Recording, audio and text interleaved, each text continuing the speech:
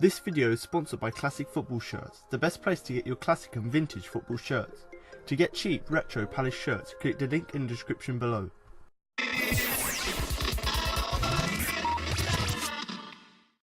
Hello and welcome to the Crystal Palace podcast.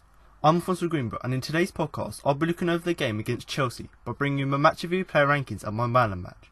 As well as this, I'm also going to bring you an exclusive interview with Roy Hodgson, Wilfried Zaha, Julian Speroni and Johan Cabaye after the game. So let's begin.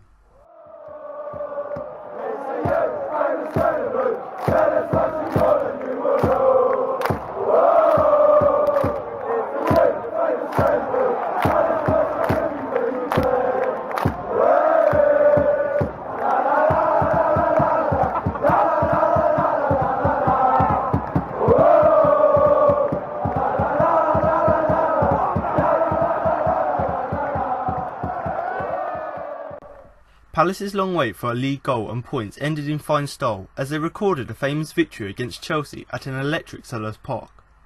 It took an own goal from Azpilicueta to finally end the 8-game wait for a league goal in 11 minutes, but that fortune was quickly used up as Bakayoko equalised just 6 minutes later.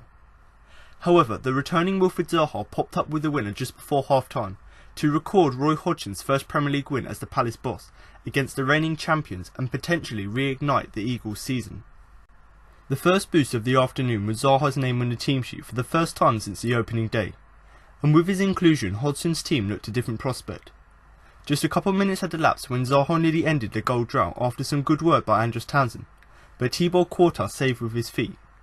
And a lively opening by the host then saw a chance carved out for Andros Townsend, who curled over from 25 yards out. But finally, after 12 hours and 10 minutes of action, the moment Palace fans around the world had been waiting for finally arrived.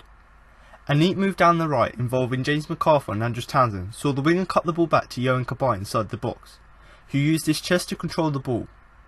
David Luiz then steamed into a challenge and forced the ball to ricochet off the Frenchman's knee, strike Azpilicueta and deceive Courtois to end the wait. An own goal is exactly the kind of luck that had deserted Palace in the first 7 games of the season, but they fully merited the lead after a bright opening. However, on 18 minutes the advantage vanished. After Antonio Conte's side won a corner on the right, Cesc Fabregas delivered towards the front post, and Bakayoko was afforded too much space to head past Julian Speroni and quickly restore parity. That setback could have shattered the Eagles' early confidence, but they continued to back themselves in the final third throughout the first half. Zaha saw a powerful blast deflected wide by Gary Cahill, and with 5 minutes of the opening 45 remaining, Townsend again went close with a fine dipping, bending strike that diverted away from the top corner with Courtois beaten. And a minute later Cesc Fabregas saw a driven free kick from the corner of the box miss by just as much. But just before the break, the Eagles deservedly went in ahead.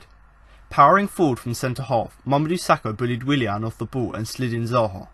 Showing no signs of rustiness, a fine touch edged the ball in between Zappacosta and Azpilicueta to give him a sight of goal, and he coolly slotted past Courtois to receive rapturous acclaim from the appreciative Selhurst crowd, which lasted until the teams disappeared down the tunnel. Knowing they were likely to be facing a Blues onslaught for as long as they held the lead, Palace braced themselves, and 5 minutes after the restart they were fortunate when Fabregas lined up a 30-yarder, which thudded off the top of the crossbar, and soon afterwards the Argentinian was forced to parry away a low shot from Pedro when the Spaniard scrabbled goals. Having stepped in for Wayne Hennessy after the Welshman failed a late fitness test, Speroni showed he was prepared and made himself big to distract Charlie Musunda from converting it from a fine Fabregas pass as the youngster blazed over, and then when Marcos Alonso again found joy at the corner, the host Custodian managed to save his header to keep his team in front. They could have even sealed the win with 4 minutes to go when Townsend tried his luck from long range and saw Courtois spill his shot into the path of Patrick Vidal, who looked destined to tuck home the rebound, but the ex-Chelsea man somehow managed to screw the golden chance wide, and then again Townsend jinked goals before missing the target as the minutes ticked away. By stoppage time, hearts were in home fans' mouths when a mistake by Sakho presented a chance to Pedro inside the box, but he also failed to find the net. But minutes later the full-time whistle allowed the majority inside Selhurst Park to unleash months of relief and pent-up frustration into the South London sky as the celebrations for a famous victory kicked off.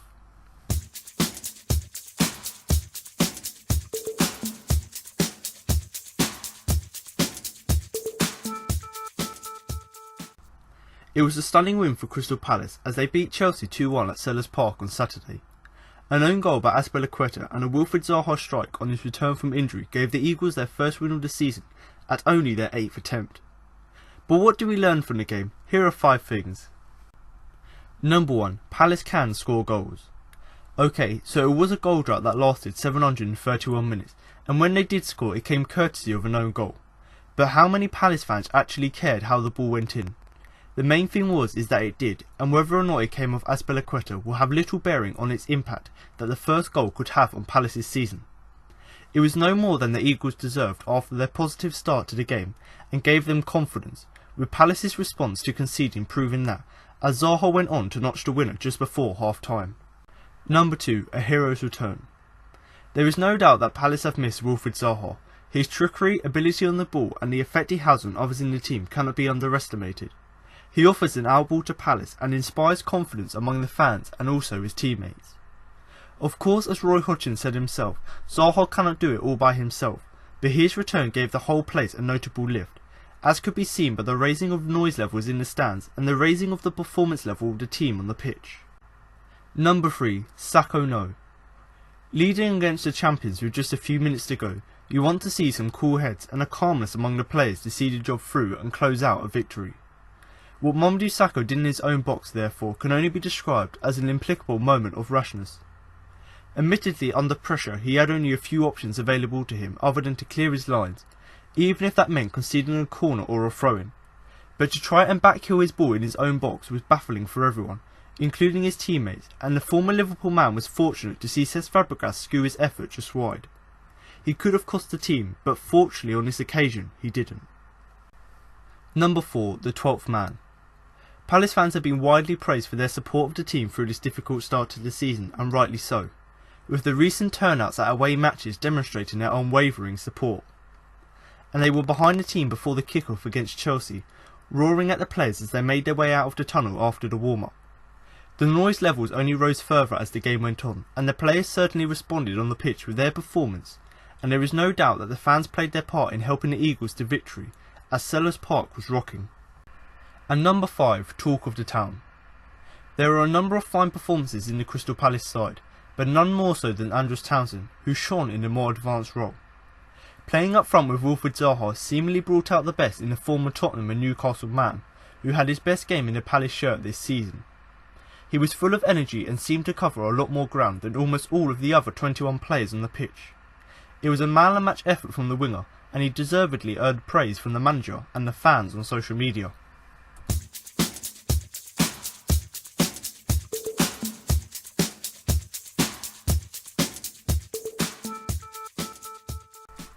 Now I'm going to move on to the player ratings, but before I start, don't forget to follow us on Twitter and Facebook at eCrystal Palace for all the latest Palace news. And also, if you're on Facebook, do feel free to join our Facebook group, which is a really great place for you to join in with discussions and share your opinions with other fans. And also, I personally like using Facebook groups for this. It's a great place for you to share videos, pictures, anything from the game, or anything you really want to share about Palace. So if you do like to get in contact with other fans, then the Facebook group is the best place to go. Now, another great place to share your opinion is in the YouTube comments. So if you are listening to the podcast on YouTube, then do drop a comment below with your player ratings, and that is rating the players from 1 to 10, and that's with 10 being the best. And basically that's just about how you thought the players performed throughout the game, and you can do that along with your views from the game, and that's so that if I come back to the video and look over it, I can see what the listeners also thought about the game, so I can see what you guys, you thought the best players were throughout the game, what you thought the best thing about the game was, but also so that other fans who do come to the video as well, they can also read through your opinions, listen to my opinion on the podcast, so that they can see, what other fans' perspective were of the games. And to be honest, much like the Facebook group, the YouTube comments is a great place for you to share your opinion so that other people can see it. Now, of course, any of these social media pages and groups, if you do struggle to find them, then all links will be in the description below. But before I go on to the player ratings, like I do every week, this is something I don't normally do, but I'm just going to give you a small summary of the game, because it is quite a big win. We haven't won in 7 games. We go out against the champions who are, at the top half of the league, and we go and beat them at Selhurst Park. But to be honest, just to give you a small sort of summary of the game, Chelsea fans, need to stop being bitter about the result. Full stop. Whether it's moaning about the goal they conceded, whether it be complaining about that they had chances, they controlled the game when they clearly didn't.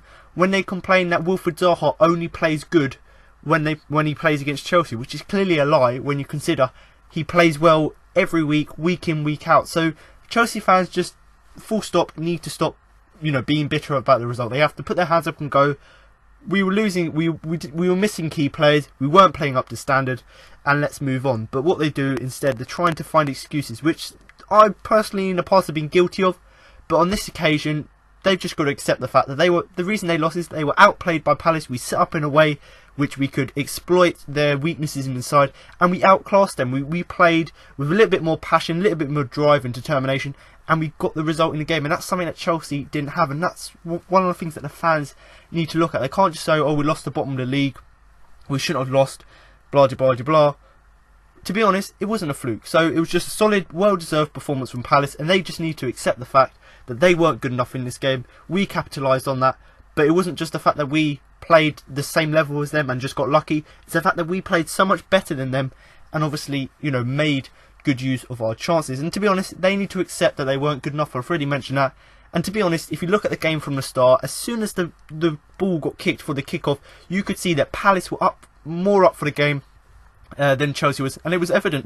Within the first 5 minutes, we had a chance at goal. Zaha, lovely turn from a Townsend cross, had a shot, deflected wide. So that just shows that from the off, as soon as we started the game, Palace wanted the game more than Chelsea. And to be honest, the stat really I do quite like about this game, and this sort of is as the season as a whole, but in this game in particular, there were loads of interceptions and sort of our take on. There were loads of take-ons in this game, but as a whole, over the whole season, which shows how good we've been, but the fact that we haven't capitalised on certain chances. But we're actually the league leaders for interceptions made, so we've made 121 interceptions in the whole of the season, but in this game in particular, we made quite a few as well. And in terms of our take-ons, so the fact that a player can run at a player, take them on, make a run, we've got a 78% success rate. So in this game as well as making interceptions, we carried on that trend of, having that success rate, being really good, being really successful, actually running in behind.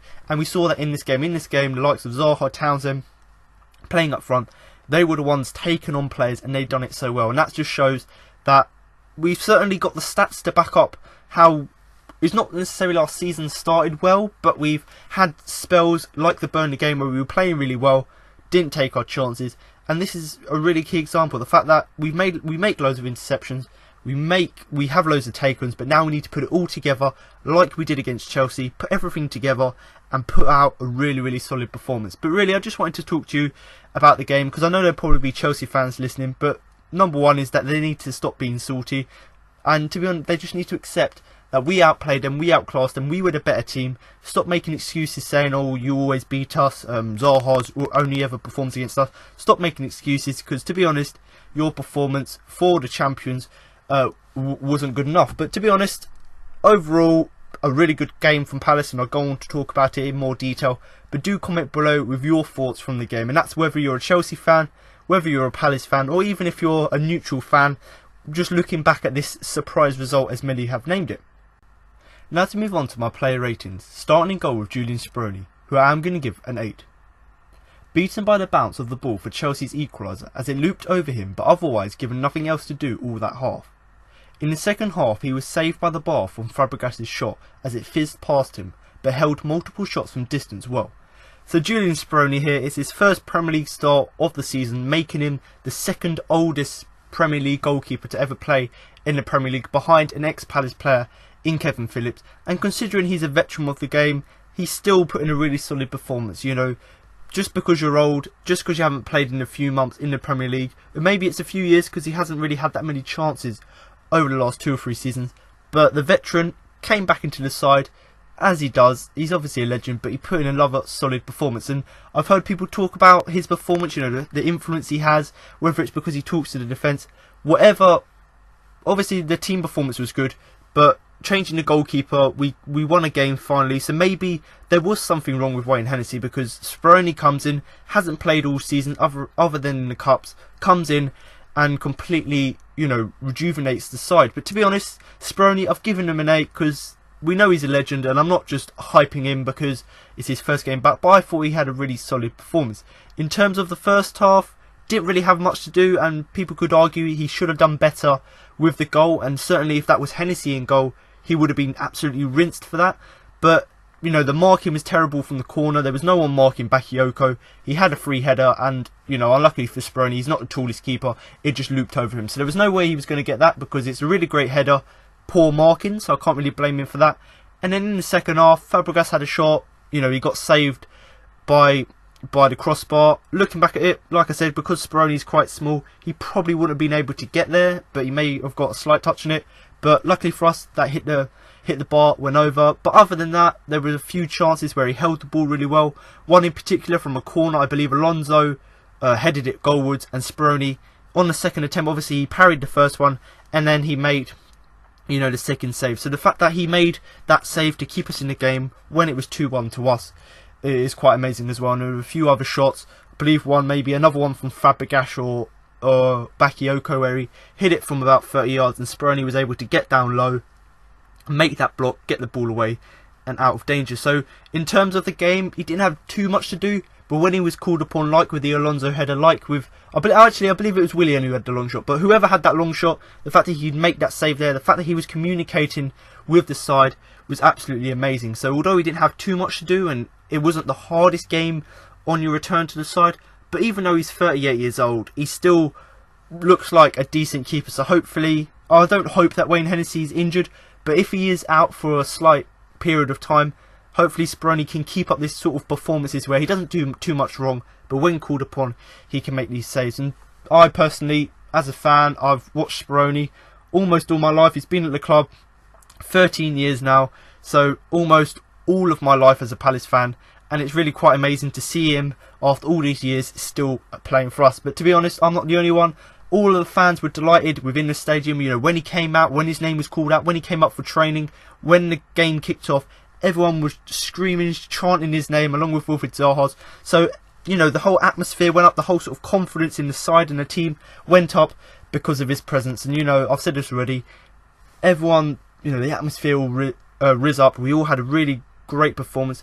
And to be honest, other than the goal, which wasn't really his fault, and he couldn't really do too much with it, I thought he played really well throughout the game. And like I said, if it weren't for him making them sort of couple of smart stops towards the end of the second half to, you know, calm the pressure, keep us in the lead, then maybe we would have gone on to lose the game. Because say if that Willian shot had gone in, or that header from Alonso could have gone in, it could have ended 3-2. But Speroni stayed composed at his age because he's got that experience and done really well. But Julian Speroni, I've given him an 8. I can't, you know, I'm talking about him quite a lot because it's quite an amazing performance from him. He's a legend of the club. I could talk about him for hours, but once again, Manos de Dios performed on the big stage. And if Hennessy doesn't come back for the next few weeks, based on this performance, I'll be quite happy for Speroni to start, because in this game he showed that even though he's got his age and he might be getting a bit slower, he can still make saves and perform on the biggest stage. Moving on now to the right back Joe Ward, who I am going to give a 7. We were all asking why he was playing ahead of Fosu Mensah, but maybe Roy knows something we didn't, as Wardy was out there, including one superb last-ditch clearance in the box to deny Hazard. So Joe Ward here, I have criticised him quite a lot in the last few weeks, and certainly last season as well, because over the last sort of year and a half, his performances have been declining rapidly. But to be honest, when I saw the lineup, I thought, oh no, we're playing Ward again. We're probably going to get rinsed on that sort of right hand side with Hazard running against him, much like what Rashford done 2 weeks ago. And actually, it's so great to be proved wrong, because I was looking at it going, why has he picked Joe Ward over Fosu Mensah, when obviously Fosu Mensah has been playing well for us this season, but in the international break he played really well as well. But Joe Ward, we were all scratching our heads saying, why is Joe Ward started? But Roy, you know, he has got experience, he has been in the game for many years, he's obviously seen something in Joe Ward which actually he thought, okay, over this 2-week period, Fosu Mensah's out, we're going to train you up, we're going to make sure Joe Ward can get everything right. And certainly this was out there one of Ward's best performances. You know, Roy, whatever he'd done to him, he told Ward to keep it basic, so he'd done what he had to do, making tackles, making blocks, tracking back. And what what Hodgson done over that sort of 2-week period of the international break, it clearly has worked because we've seen an improvement in his performance. But to talk about one thing in particular was when Hazard, I was worried about Hazard. Hazard was in Joe Ward's back pocket, and same with Willian. Hazard was one of the biggest threats for Chelsea in the few chances they did get to go forward. And Joe Ward, there was one chance he got past our defence, and Joe Ward made a lovely tackle on Hazard to get the ball away, passed it to Scott Dan, and he was able to make the clearance. So that just shows that if you drill into Joe Ward what he has to do, and if you keep it simple for him, he can actually go in there and make blocks. And I believe a few games ago he was in the top 5 for tackles, I believe, in the whole of the Premier League. So he's still got it there. He can still remain professional, and even though he may not be in the best of form, he can still make blocks and tackles wherever he plays or whenever he plays. But over the last 2 weeks, Hodgson has obviously drilled into him to keep it simple, track back, keep close with your man, don't get crosses in. He's done exactly that in this game, and it's overall seen an overall improvement in his performance, and that's why I've given him a 7. But overall, just to talk about his performance, I think it was a steady enough performance from the fullback. He did give away a few fouls occasionally, on the edge of the area, but I'd rather him give away a foul and we defend that corner or that free kick, as opposed to him not putting his foot through the player and actually letting that cross go in, and say someone like Bakayoko headering it in. So in that instance, yes, he gave away a few fouls, but I'd rather him give away the fouls and us defend it well, as opposed to him letting the ball go in the area.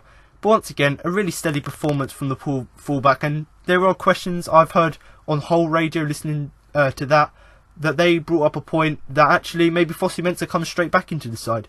And whether the fact that he was dropped because he played in the international break and Hodgson didn't have time to drill sort of the work he was doing with Joe Ward into him, whether that is the case, I personally think Fossey Mensah, based on what we've seen this season, is the better right back. But at the end of the day, Fossey Mensah can come off the bench and be an impact sub if Joe Ward can keep up these sort of top performances. But once again, a 7 for Joe Ward, a really steady performance from him, didn't do much wrong, and that tackle in particular on Hazard was quite amazing. Moving on now to the centre-back Mamadou Sakho, who I am going to give an 8. His first proper performance since returning to the club in the summer. It was like watching Sakho from last season, plus he somehow found himself on the edge of Chelsea's box and slotted a beautiful pass to Zaha for the second goal. So Mamadou Sakho here, obviously he's had quite a shaky start to his second spell at Palace, but you can't really be surprised when you've played Man City, you've played Man United, you've played 2 of the top teams in the league, so you can expect him not to get off to the best of starts, and he did look quite shaky, made a few mistakes in them games, but this game he had his chance to redeem himself against Chelsea, and he's certainly done that. It was his first proper performance. Yes, he played a bit in the Cup, but this is his chance to prove himself in front of the home fans, prove why he's worth 26 million, and I personally think on this performance he certainly did. And it was like watching the Sakho of last season, because towards the end of last season, before Sakho got injured, he was absolutely immense. He was crucial to us, going on that run of 5-6 games where we went unbeaten. He was crucial to that, keeping us solid at the back along with Milivojevic. But in this game, like I said, with that leadership of Speroni coming back into the side, the whole team improved, and Sakho was one of the key players to that as well. And just to talk about his performance, obviously I've said he's like last season, so you can expect he was putting in blocks, tackles, he was being very physical from set pieces, and as well as, being really a really great aerial threat. But the thing he did do in this game, which I hadn't seen for him last season, and I was really surprised when I saw him do this in a game, but when you consider he used to be a striker for PSG, you can understand that he's got that slight attacking intent. And what it was before our second goal, he saw that Willian got the ball, he was sort of panicking on the ball. So what Sakho did, he put pressure on him, tackled Willian, got the ball back, and instead of passing it to Zaha straight away, he made a little run, made a bit of yardage, made sure that Zaha had space to run in between, passed the ball, slotted it perfectly to Zaha. Zaha ran through and scored the second goal. So not only was Sakho defensively really, really solid, other than that mistake towards the end of the game, he was also an attacking threat. The fact that he could see that Willian was quite uneasy on the ball, so what he did, he just stepped out of defence for a minute because someone like Luka would cover him, went forward, won the ball back, and you could say it was a foul, but I personally don't think it is. I think it's just a physical battle, and Sakho won it. So he got the ball off Willian, slotted it to Zaha, and not just passed it to Zaha just at the right time so Zaha could run in between. Zaha done his normal tricks and scored. So in terms of defensive performance, really solid, but attacking as well. The fact that he could carry that ball and be aware to see when a player's uneasy on the ball to tackle them was really amazing. But a word I suppose I could use for his performance was resolute. I thought in defence he was resolute again, and then for the rest of the game, other than, like I said, that mistake at the end of the game where he tried to backheel the ball in his own box, he actually showed really great composure. And whether that's because he's just a really class player and found it difficult against City or United, or whether it's because the whole team's got confidence, they've worked on their setup during the 2 weeks international break, and also because Speroni's come back into the side and given them that little bit of confidence, that little bit of leadership back into the team. And that's one thing about Speroni which I'm sure Sacco will love, because Sacco and Dan are players who love to shout, like to get the team organised, and Speroni loves talking to the defence. He makes sure everyone knows what they're doing. So in terms of a whole performance, I think that them, Sacco and Speroni back into the side, back to their best, did play in our hands and did help us to get something from the game. But to be honest, obviously, in the second half, we had that loose pass where we backheeled it and Fabregas hit it wide. But other than that, there were fine moves defensively. Like I said already, he was resolute and composed. And like I said, he got the assist for Zaha's goal. It's very rare for a centre-back to get that, other than when they hoof the ball forward.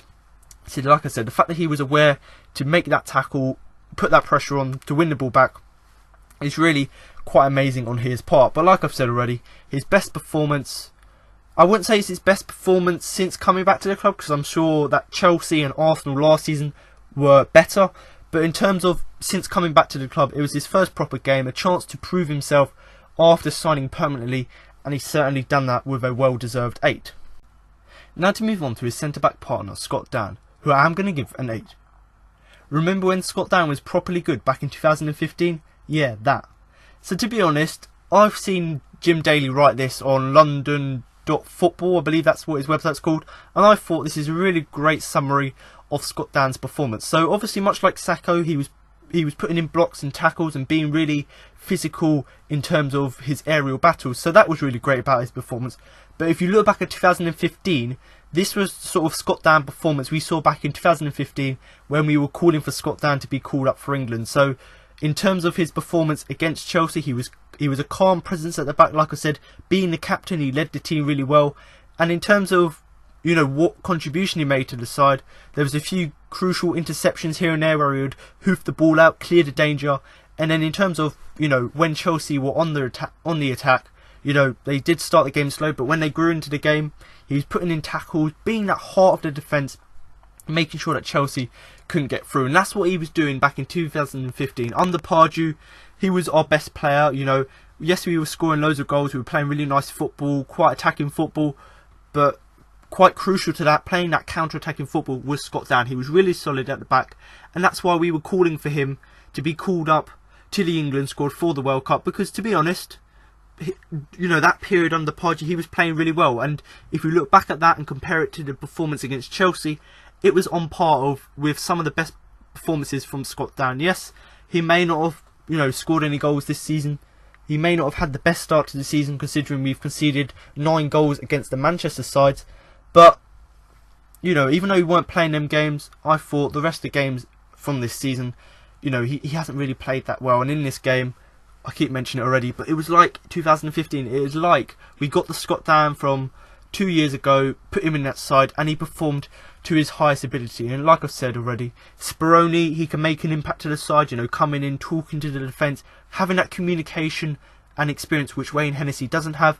And the fact that he's got Sacco next to him as well, just to give him a little bit more confidence and to help him out.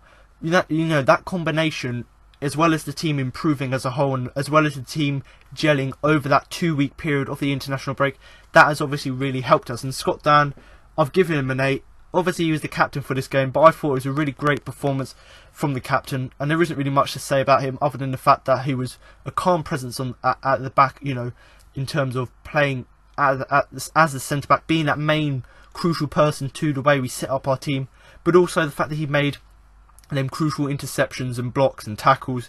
Everything about his performance was really great, and I can't reiterate this point enough, is the fact that this performance was like the ones in 2015 when he was so great. So if he can continue with this form, yes, I believe he's 30 years old now, even though he may be getting on a bit, if he can continue with these sort of performances this season, and hopefully with the competition from Tompkins coming back, maybe that competition can hopefully build up Dan's confidence again, so he can not only lead the side with confidence, with him probably being the captain now that punching's been dropped, but you know, not only that, but just the fact that the quality he's got, the quality we know he's got, hopefully now we will start to see it. Now move on to the left back Patrick Van Aanholt, who I am going to give a 7. Bakayoko was his man and he lost him for the equaliser, although some can blame the blame at Mamadou Sakho too, allowing the Chelsea man to drift off him and nod into the unmarked net. Having said that, he grew into the game in the second half and put in many decent blocks and challenges. Probably his best game of the season, not that there's much competition for that. So Patrick Van Aanholt here, I've given him a 7, and like I mentioned at the end there, to be honest, it was probably his best game of the season. And yes, he hasn't really played that well this season, but in terms of an overall performance where he was not only being good offensively but defensively, I thought it was his best performance. But to talk about the one bad thing, or the one really negative thing about his performance, was the fact that at the corner, obviously Sakho got drifted out wide because Cahill was, you know, tugging on the back of his shirt. So Patrick Van Aanholt had to man mark Bakayoko, who's a big lad. Van Aanholt's not the tallest guy, not the most physical, so he failed to get off the floor. He didn't even try and jump, and Bakayoko was basically given too much space, too much time, but also he was just given nothing stopping him. Let's put it that way. There was nothing there to stop Bakayoko from getting on the end of that cross. There was nothing blocking him, even if Van Aanholt at least tried to block him, so not necessarily jumping because he isn't that tall, but at least trying to block him or get in the way of the shot. He didn't quite do that, and obviously that led to us getting the equaliser, so we can complain about that, but to be honest, we went on to win the game, so I'm not going to dwell too much on that mistake. But in the future, I would like someone like Joe Ward, maybe Scott Dan, even Mamadou Sakho, who got drifted out wide, one of them players on someone like Bakayoko, who's tall, physical, because clearly Van Aanholt is great going forward. He can make the odd tackle here and there, but he's not the most physical and not the best at headering. So in that situation, I personally would have put someone on a post as well to deflect it off, but also someone man marking Bakayoko who, you know, who is better at marking from corners. And then in terms of, as the game went on, yes, he gave the ball away quite cheaply on a few occasions, and he missed the sitter late on in the game. I thought he had an overall good performance. You know, there was a few occasions where he lost the ball, but then if you look back at the replays, he might lose the ball, but then because the team were playing so well as a unit, he'd either go back and win the ball back, put that pressure on Chelsea, or someone else in the team would try and get the ball back. So in that respect, it was a whole team performance. If someone made a mistake, would rectify it straight away, as opposed to what we've done in past weeks. And then obviously the sitter, you know, Patrick Van Aanholt could have got on the end of Andros Townsend's shot. He had a shot, Courtois saved it, and if you look back at it, he was quite angry with himself for missing it. But it is a quite difficult thing. What he should have done is taken a touch to stop the ball or slow the ball down, and then have a shot, because without a doubt he would have slotted that bottom corner. But because he was running at it with quite a lot of pace, running so fast at it, he's obviously tried to hit it first time, hasn't got quite his feet right, you know, hit it side-footed, and obviously it was a really glaring miss. You know, if he had scored that, it would have been 3-1, game over, game buried. But in that respect, he didn't have that. He didn't take that chance to seal the win. But I think that it was quite difficult because he was running on it quite fast. But realistically, maybe that's something they need to work on in training, is getting on the end of really fast balls and scoring from them. But to be honest, Patrick Van Aanholt, I've seen some people criticise his performance, but I thought it was a really great performance other than the marking for that goal. You know, people criticise him for his defending, but obviously as a team we were much more solid in this game. But Van Aanholt, even though he's got his critics, I thought defensively he was really great in this game, making blocks and challenges. And also, like I said, even when he had to drift inside and pick up the ball from centre mid, or pick up the ball from the centre of the park, even though he isn't a midfielder, even that was fantastic. The fact that he could pick up the ball and, you know, drive forward and use his pace to hurt Chelsea, and that was the tactic Palace used throughout the game. You know, we knew that David Luiz, Cahill, Azpilicueta, they're not the fastest players in the team, so if you run at them at pace, like Van Aanholt did, like Zaha, like Townsend did, and like Jeffrey Slupp at times, if we used our pace to take advantage, obviously we'll have chances to get through and goal, and unluckily for us, we went on to punish Chelsea. But Patrick Van Aanholt here, other than the time when he gave Bakayoko too much space, I think a 7 is a fair result. Obviously, moving on now to the midfield, starting with Luka Milivojevic, who I'm going to give an 8. Like Sacco, this was the Luka from last season. Uncompromisingly solid and simple. Brilliant. So Luka here, before going to talk about his performance, I'm just going to give you a stat which Palace did actually post on their Twitter account at CPFC. Now that is that Luka Milivojevic covered more ground than any other Crystal Palace player against Chelsea, and that was 12.23 kilometres. So that just shows that, obviously I've given him an 8 and I'll talk about his performance, but in terms of the amount of ground he covered, it was absolutely amazing. The fact that if you've got a player who can cover this ground, be all over the place, make sure he's in the right place all over the field, and if you look back at his heat map, he was everywhere. And in terms of Milivojevic's performance, whether it be going forward and supplying the ball, whether it be staying back and defending, everything about his game was fantastic. And the fact that he covered lots of ground just shows that he didn't only concentrate on his defending part, he'd also go forward and he helped others on the pitch. And that was the thing I liked about this performance. You know, we didn't lose our shape. Every player had their position, had their zones, and every player was running their socks off to, you know, try and get something from the game. But like I've said with Sacco, this was the Luka from last season. You know, we saw last season how much impact Sacco and Luka had in the fact that they came into the side and we went on that run of wins because of how solid they both were defensively. But also in this game, he carried on that form from last season, considering he's had a sort of slopey start to the season, not playing that well because he was played out of position. Now he's playing in his right position. He's had that 2 weeks to, you know, well, he's had a week and a bit. He's had a week and probably a bit training with Serbia, but he's had that period to work on his defensive duties. Scored a goal for Serbia, which is great.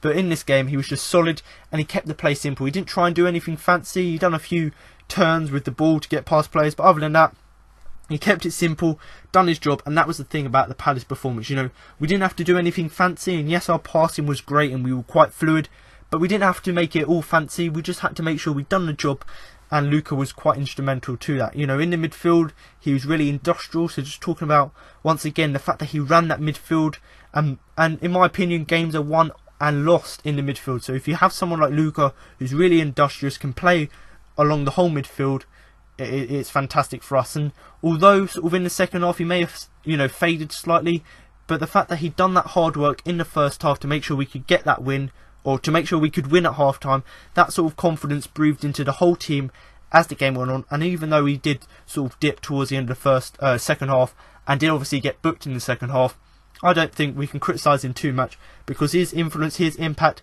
in the first half was far superior than, you know, his performance in the second half, where he did slope off a bit. But in terms of the foul he made, yes, he got booked for it, but in my opinion, it was a tactical foul.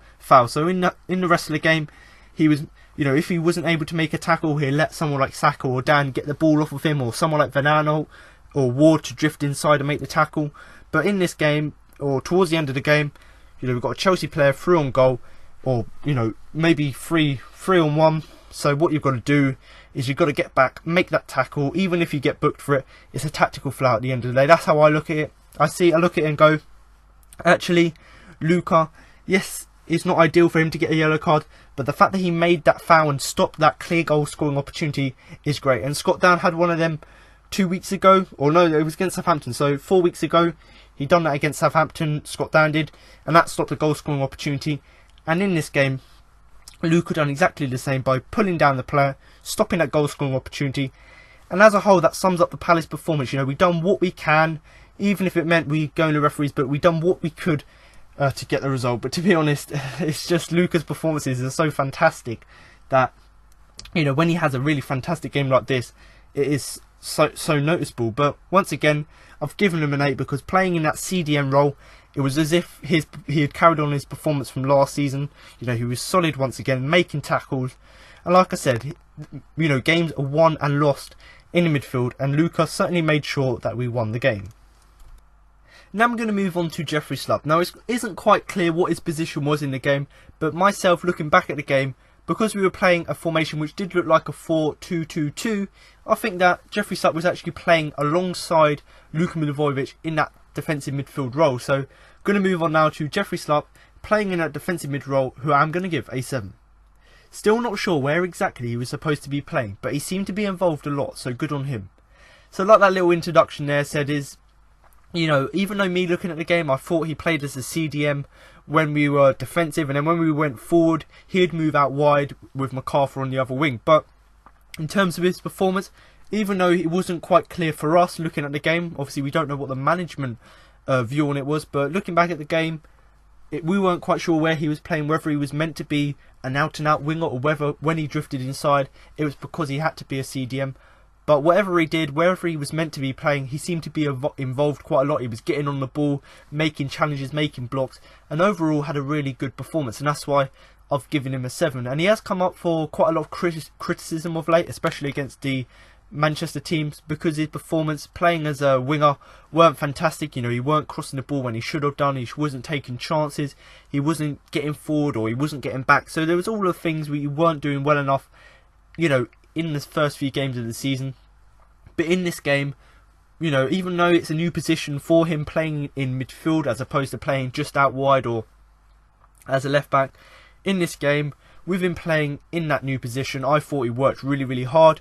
And even though, you know, he didn't get too much of the ball, he was quite limited, the fact that the impact he could have on the ball, I still thought his efforts were appreciated by the crowd, because when he went off, when he got substituted, there was a massive roar from the crowd.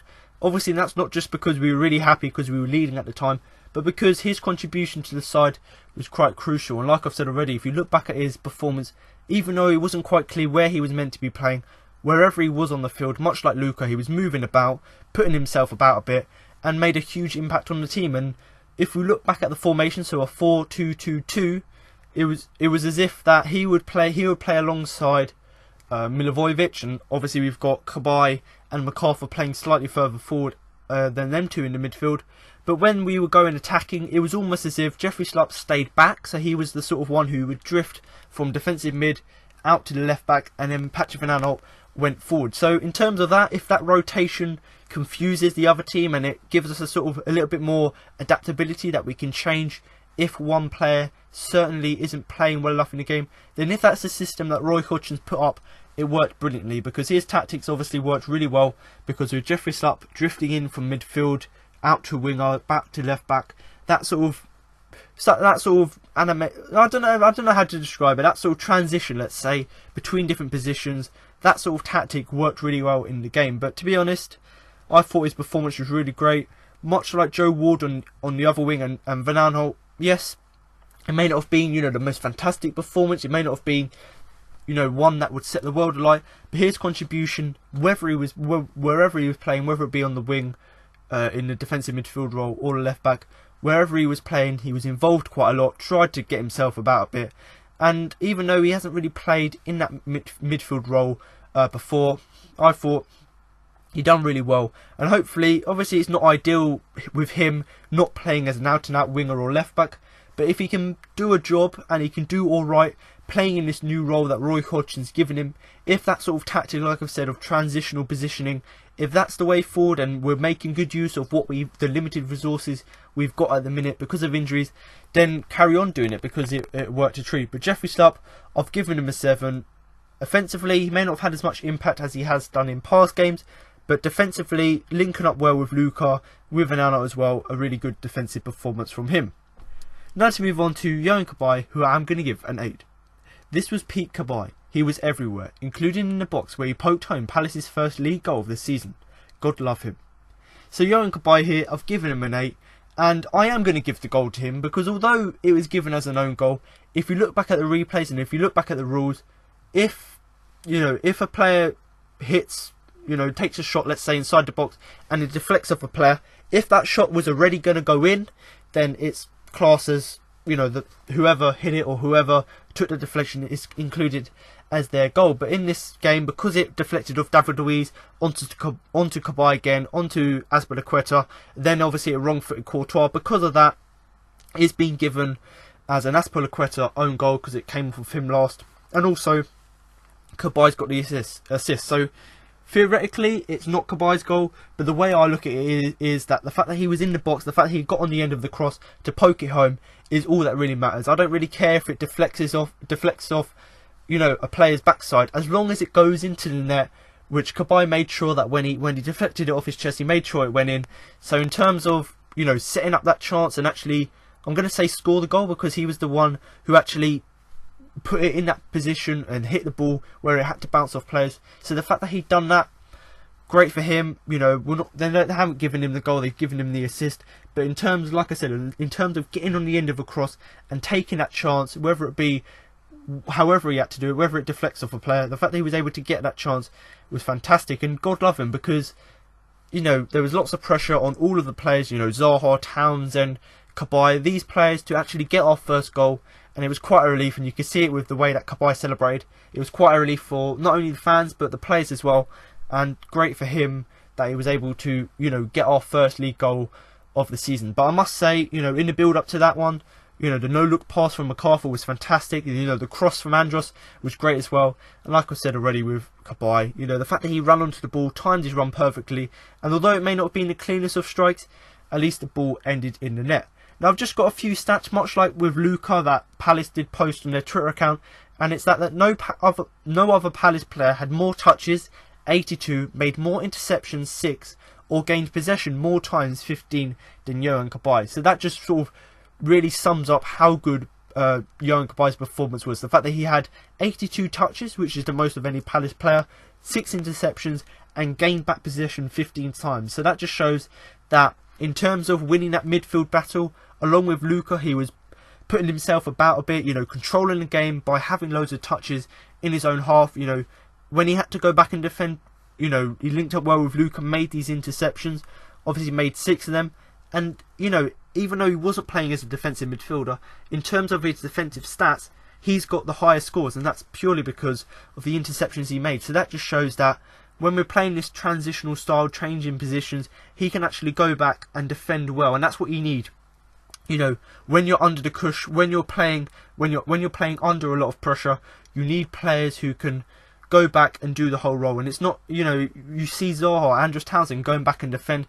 That's what you need from the whole team. You need everyone getting together as a unit to go forth and, you know, do the offensive or defensive work. But to be honest, I thought his performance was fantastic, and I didn't know till after the game that actually these stats, you know, he was bossing them. So in terms of looking at the game, me watching the game back, watching it live, you could see that Cabaye was absolutely bossing that midfield along with Milivojevic.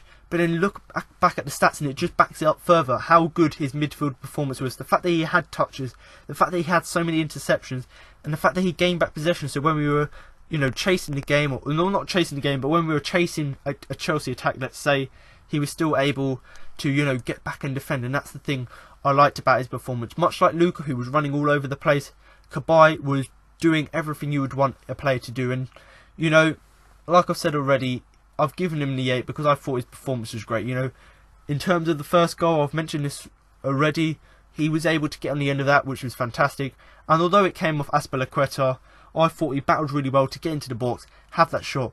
And, you know, he battled well throughout the game as a whole. But to be honest, like I said in the introduction, this was peak Cabaye.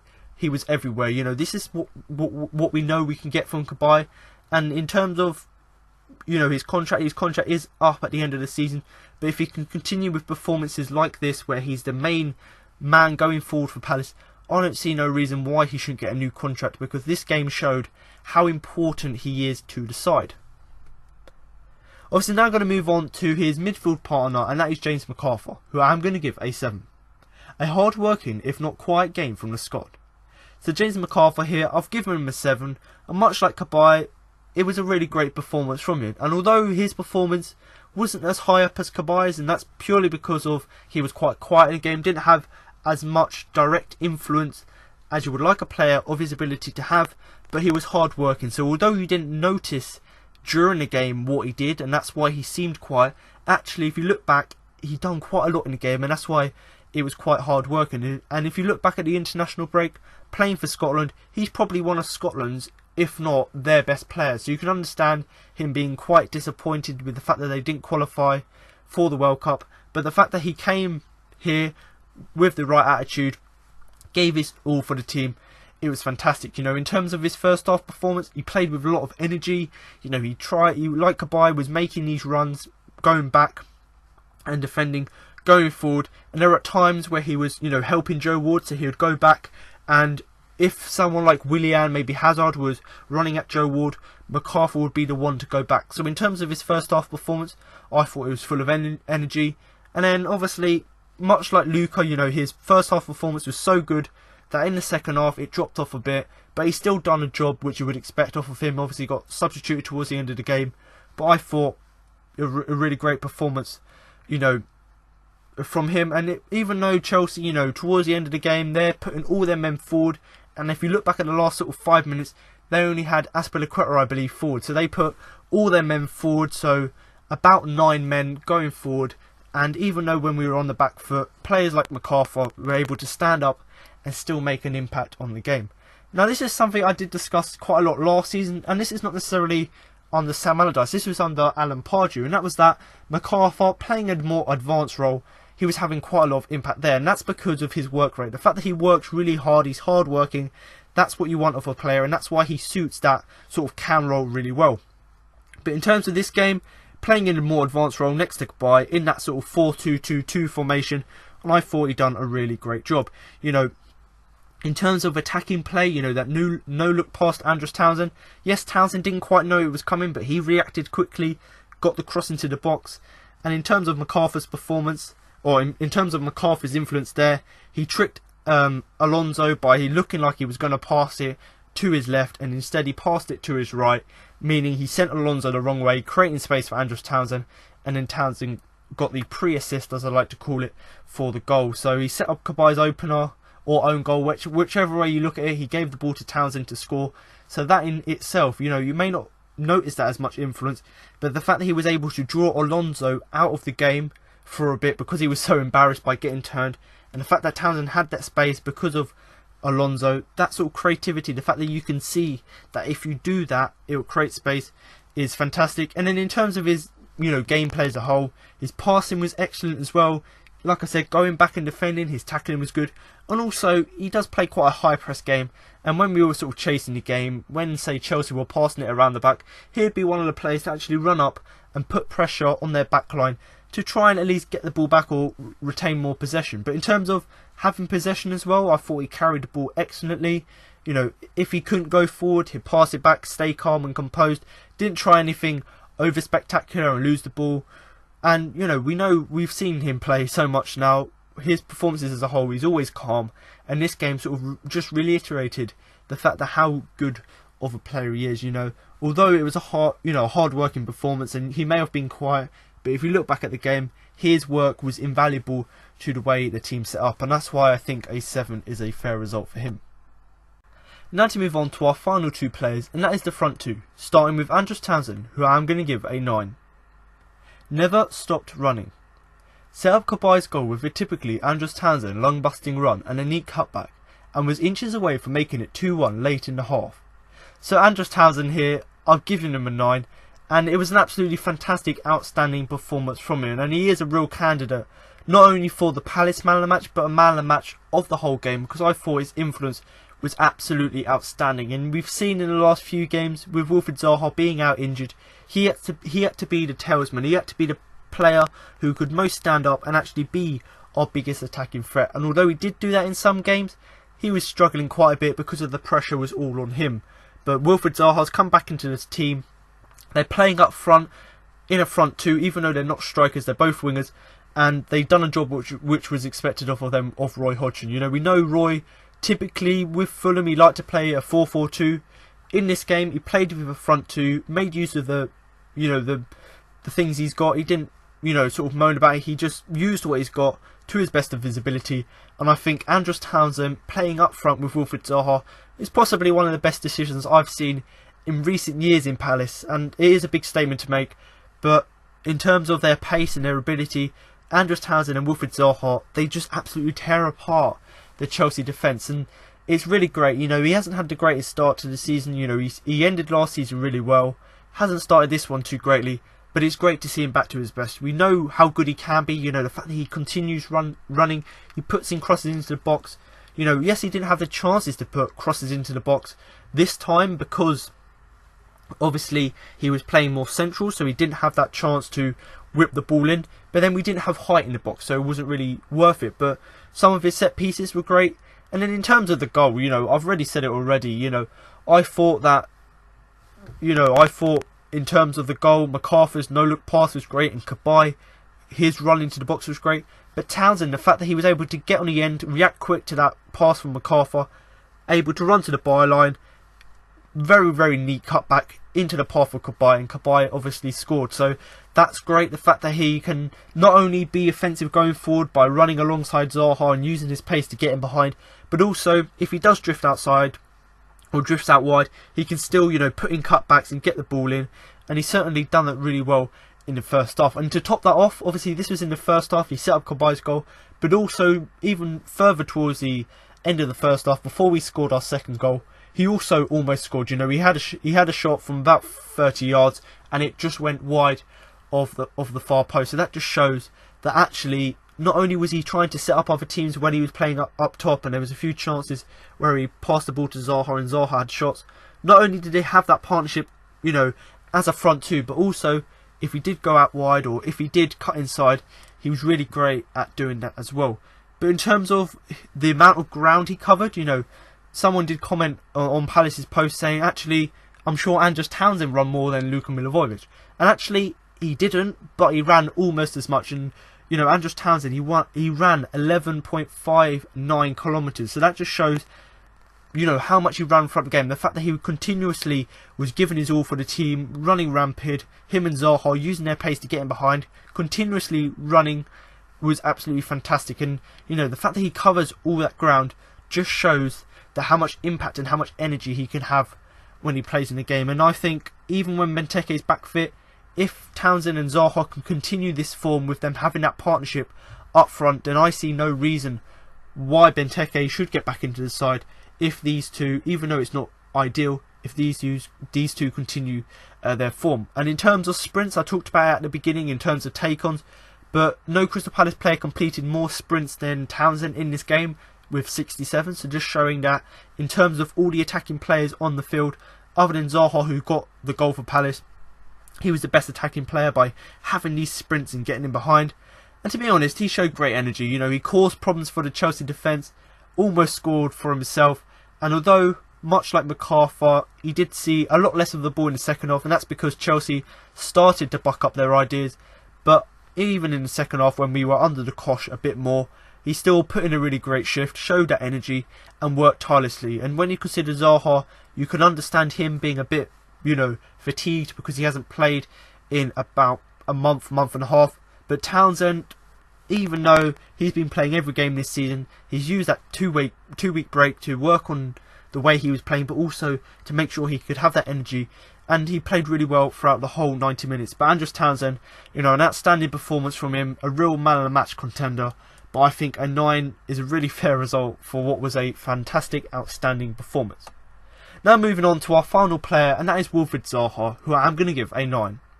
Not saying Palace are a one-man team, but everyone looked better for having Wilf back today.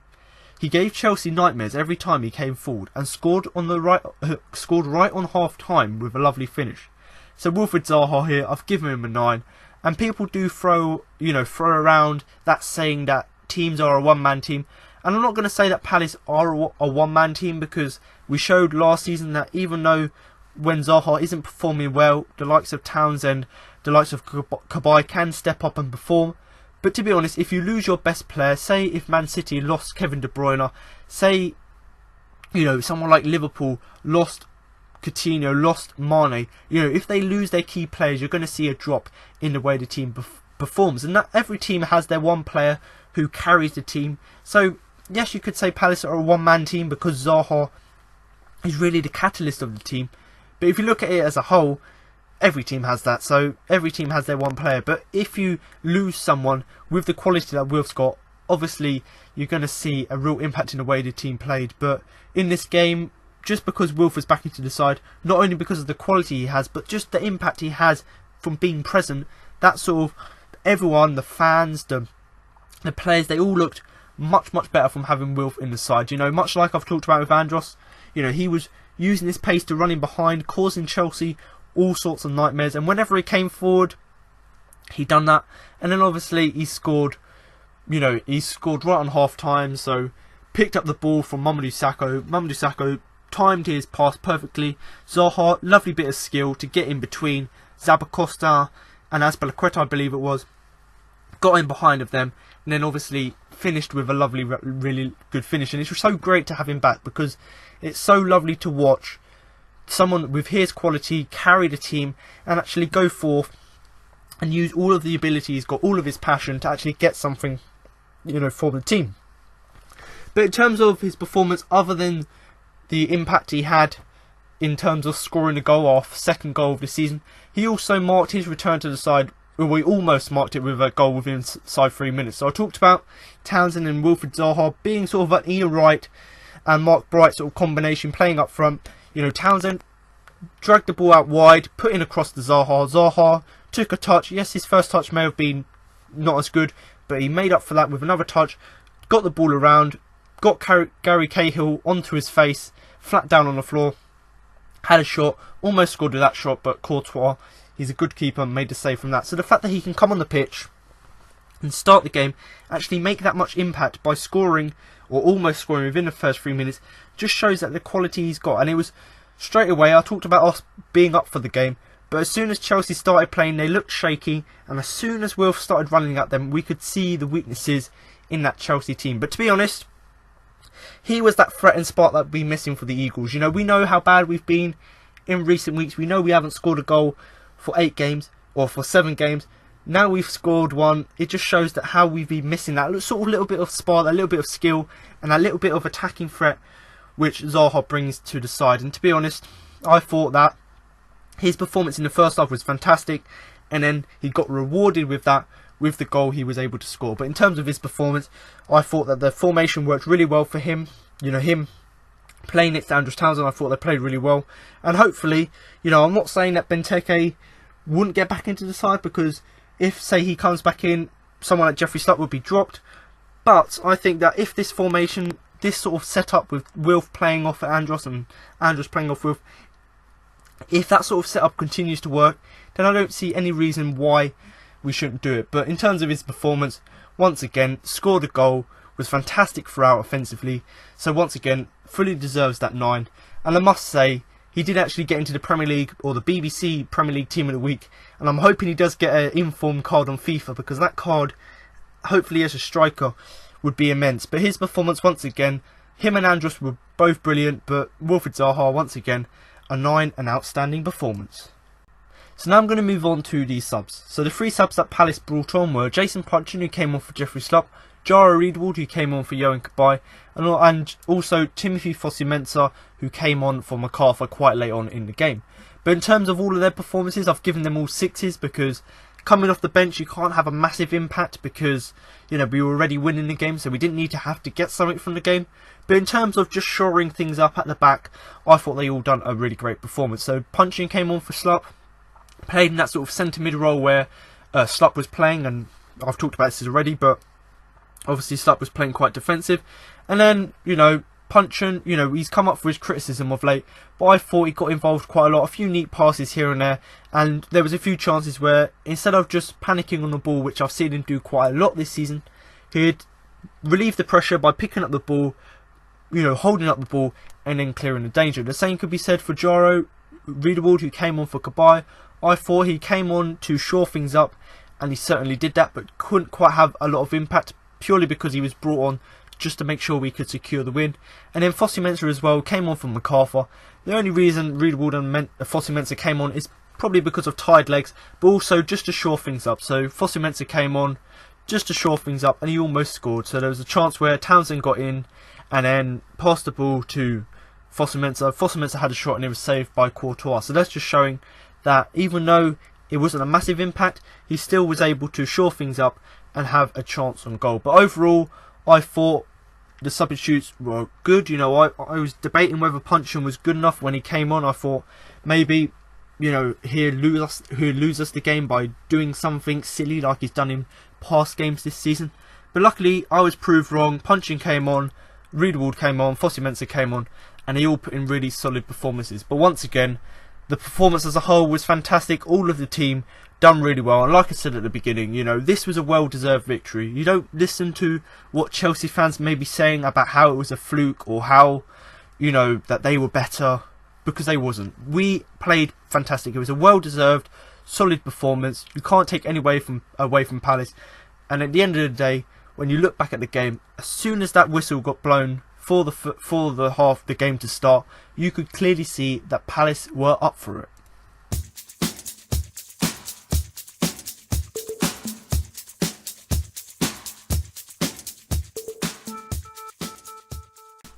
So now I'm going to move on to the Man of the Match award. But before I do that, I give you my Man of the Match and who I thought the biggest influence in the game. I'm now going to give you the 4 nominations that I put forward for the Man of the Match award. Now the 4 nominations I put forward, it's quite difficult when you have such a good performance to single out, 4 players in particular. And I could put the whole team on here and talk about, like I've done already, why I've put each of the players on here and why I thought that their contribution was quite key. But in terms of my 4, it does differ to the official Man of the Match award. But I personally thought that Wilfried Zaha, Andros Townsend, Johan Cabaye and Luka Milivojevic were my 4 best players. And, quite obviously Zaha and Townsend for their attacking threat, Luka for his defensive work, and Cabaye for playing really well going forward. So the fact that he was able to get the assist for the own goal, but also the fact that he was able to track back and covered quite a lot of yardage and made quite a lot of interceptions. And in terms of them 4, I think most people would agree that they were the 4 best players. But on the Twitter poll that they put on the official Crystal Palace Twitter, they put Wilfried Zaha, Andros Townsend, James McArthur and Johan Cabaye. So I don't disagree that McArthur had a really great game, but I personally think that, me looking back at the game, I thought that Luka had a slightly better game. And that's not to say McArthur's game was any less better, but I just think that Luka, playing a defensive midfield role, offered just a little bit more than the whole team. But if I could put the whole team on a Twitter poll, I'm sure the club and myself would put all 11 of the players on there. But in terms of the results of the Twitter poll, so the club posted an article on their website, so you may have already seen it. But in terms of the results, in last place with 2% of votes was James McArthur. In third place with 7% of votes was Johan Cabaye, which means in second place with 17% of votes was Andros Townsend, and with an outstanding 74% of the votes was Wilfried Zaha. So congratulations, Wilfried, for winning the Man of the Match award. And, to be honest, you do fully deserve it. You had a really good offensive display, but also in terms of your goal, that was also fantastic as well. And the fact that you carried the team and helped us to at least get something from the game was absolutely amazing. But in terms of these players, I thought they all deserved to be on the list. And I think that maybe if you put Luka in there, maybe someone like Cabaye would lose more votes, because I personally think that Luka, Cabaye, their performances were on par. And I think that could be a really great midfield partnership going forward. But in terms of my Man of the Match, I think that I'm going to go against the Twitter poll and give it to Andros Townsend. So congratulations, Andros. You win my personal Man of the Match award. And that's purely because I thought, yes, Wilf got the goal. Yes, Wilf was absolutely outstanding going forward. But it was all down to Andros as well. Andros was playing alongside him. He was running in behind quite a lot of the time. When he couldn't go cut in behind, he would drift out wide, put crosses into the box for players like Zaha. He had a few shots from distance, almost scored. So in terms of his whole performance, I thought it was better. And the main thing really why Townsend is above Zaha for me is just the sheer distance that Andros Townsend ran. I gave you the stats earlier on. I believe it was 11k. The fact that he ran that far during the game is just outstanding, and it's a really great thing in terms of his commitment and his stamina, the fact that he can do so much running in the game. And that's why I personally have given him the Man of the Match award over other players. But like I said at the beginning, do comment below with who you think the best player was, and also whether you do agree with the 4 players I put forward. So now you've heard my match report, player rankings and my Man of the Match. That concludes this week's podcast. Now I've got an exclusive interview with Roy Hodgson, Wilfried Zaha, Julian Sproni and Johan Cabaye following the game. Wilf, you must be buzzing after that. Yeah, I am. First win, couple of goals, so yeah, I'm buzzing. Do you think it was a really good team performance today? Yeah, it was massive. Obviously, getting a first goal was a massive confidence boost for the whole team. And then just all of us working, pulling together. So definitely a great performance. Bit of a different system today. You and Andros kind of playing a bit more central together. How do you feel that worked? I think it helped both of us because there's literally less defending, and then when we're going forward, we got more energy. And when you're tired, you just run out of ideas. So obviously, when we're getting the ball, we're still fresh. That just gave us the chance to do something going forward.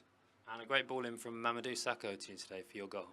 Yeah, obviously he's forward-minded. He may be a defender, but when Mama's got the ball, you know he will attempt to pass it forward. So I just had to make a run and played me through. And you've worked a lot on your finishing over the years. You feel really confident in front of goal now. Not that confident, but I've been working on it, and obviously it's showing on the pitch, and I'm going to keep working on it because obviously I just need to score more goals. That's the main thing for me. And how are you feeling physically? Full 90 minutes today when you haven't played for feels like weeks. I gave him my all. I was really tired at the end, but it's a thing where I just need to just get back to running in training, doing extras, and just get back to how I was before. Jules, congratulations. What a result, what a day. Can you sum up that performance for us? I can't really. I didn't train. It was amazing. Everybody, the whole team put a great performance together. That was probably what was missing the last few games. And today we all did our jobs. We all played as a team, and we saw the result in the end. Yeah, as a team game, was Wilfried Zaha that got that goal? How good is he at the moment? You've played with him for a few years. I know him since he was in the academy, and I saw him growing and becoming the player he is today. And he's just world class. He's a different. It makes a difference in any teams. Having a player like that will make a difference. And today he showed that. And what was the key to this victory today? It's a slightly different formation to what we've been playing recently. Yeah, but you can play any formation you want, but if you don't play as a team, you don't put everybody pulling together, it's not going to work. So that was fundamental today, playing together as a team, regardless of the formation. Yeah. And for you personally, great moment for you being back in the team today. I was missing this, I was missing this atmosphere. I was missing playing in the Premier League, and we'll see. I work every day to play. Every day in training, I work as hard as I can to make sure I'm available for the next game. And yeah, what can I say? If I have the chance to carry on playing, great. And finally, a word on the fans. Nice moment with you over there with the fanatics at the end. I've been asked before about the atmosphere today, and it was incredible. Especially during the whole game, but the last 5 minutes when you really need to keep that result, they were key. They were key. The noise in that ground today was amazing, and I encourage them to carry on supporting us. We're gonna need them all the way until the end of the season. Johan, congratulations, victory and a goal today, but it was a great team performance, wasn't it? Yeah, that's the most important today. We get the first goal also against the champions. So yeah, for us we deserve the 3 points. We deserve the game we did today, and we put a great effort on the pitch, and yeah, we get the reward. And tell me about your goal. It was bounced around a lot, didn't it? Yeah, Endo cut back. Touch with my chest on David Luiz, come back on my knee, and then Aspi deflect also. So I don't mind just a goal. That was the most important, just to unlock the negative feeling around the team.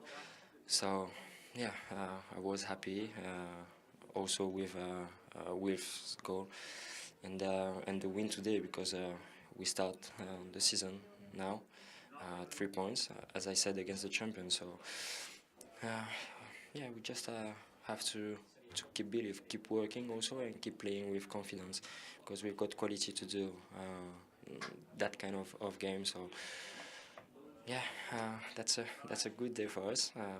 I want to mention also the fans that were unbelievable as usual, but today maybe Selhurst was working, and for us was a massive help. A dominant performance today against the champions. You must be a happy man. Yeah, very happy. Happy for the fans, extremely happy for the players, whose work rate today I thought was second to none. And it wasn't just about work rate and defending and keeping the opposition out. It was about playing football as well. I thought there were some very good moments in the game where we showed a lot of composure. Our passing was good, and we were definitely creating goal chances today. It's very different to the backs to the wall performances at Man City and Man United. This was a performance where we went toe to toe with the champions of England, and came out on top. Talk us through the changes you made to the system. Is it Wilf and Andros playing a bit central today? Well, we don't have an awful lot of choice, of course. I mean, it's in an ideal world, if you had out-and-out centre forwards, it would give you more options with your systems and your tactics. But we do have wingers. We've got people like Bakary Saka and Suli Kai as well. Lee, Chung Lee, another one. So we don't have Benteke type centre forwards. So when you don't have those players, you try and do the best you can with the ones that you've got. And in Andros and Wilf, of course, we've got two very, very talented forward players, whether they're wide men or central men. They're very talented players who can run at people with the ball and beat them and create goal chances, and they can run behind them without the ball because they've got pace. So I thought that worked well, and it worked well largely due to the fact that they put in an incredible shift and were constantly the threat we hoped they would be. How important was that start? It was a good start, and the crowd were behind the team from the very beginning. Yep, it was. To be fair, we had quite a good start at Man City, but just before half-time we conceded. But today it was important to get a good start. Everyone was aware of that. But the fact is, players always want to get a good start. You know, this is a group of players who care deeply. They care deeply about the game. They care deeply about their profession. And they care deeply about the club and the fans. So I don't think they're ever going to go out not wanting to start the game like they did today, and not wanting to get off to the sort of start we did. But sometimes it doesn't work your way. So, for example, at Man United, we find ourselves a goal down, fairly early on, and then it's hard work. 3 minutes, was it? Yeah. And the fans today. It's your first experience of Selhurst when it's rocking as a manager. Yes. Yeah, as a manager, absolutely. I've seen it on many an occasion when I've been here looking at players during my spell as England manager. But as a manager of Crystal Palace, it was my first experience of it, and it was fantastic. I mean, I knew what these fans are capable of, and I knew the passion they can bring to the stadium here. And today I saw it, and it really just brings home to me something which has occurred to me more and more in latter years, that supporters really need to support a team.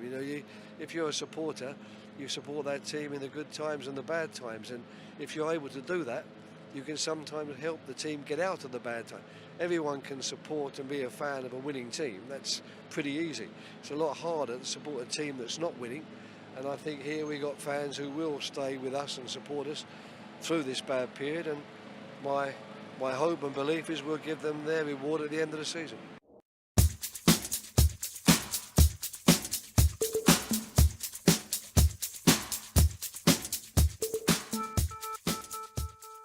So there you have it. Now you've heard what Roy Hodgson, Wilfried Zaha, Julian Speroni and Johan Kabay had to say after the game. That concludes this week's podcast for the game against Chelsea. But make sure to come back next week for my post-match review of the game against Newcastle. So thanks for listening, and remember to up the Palace.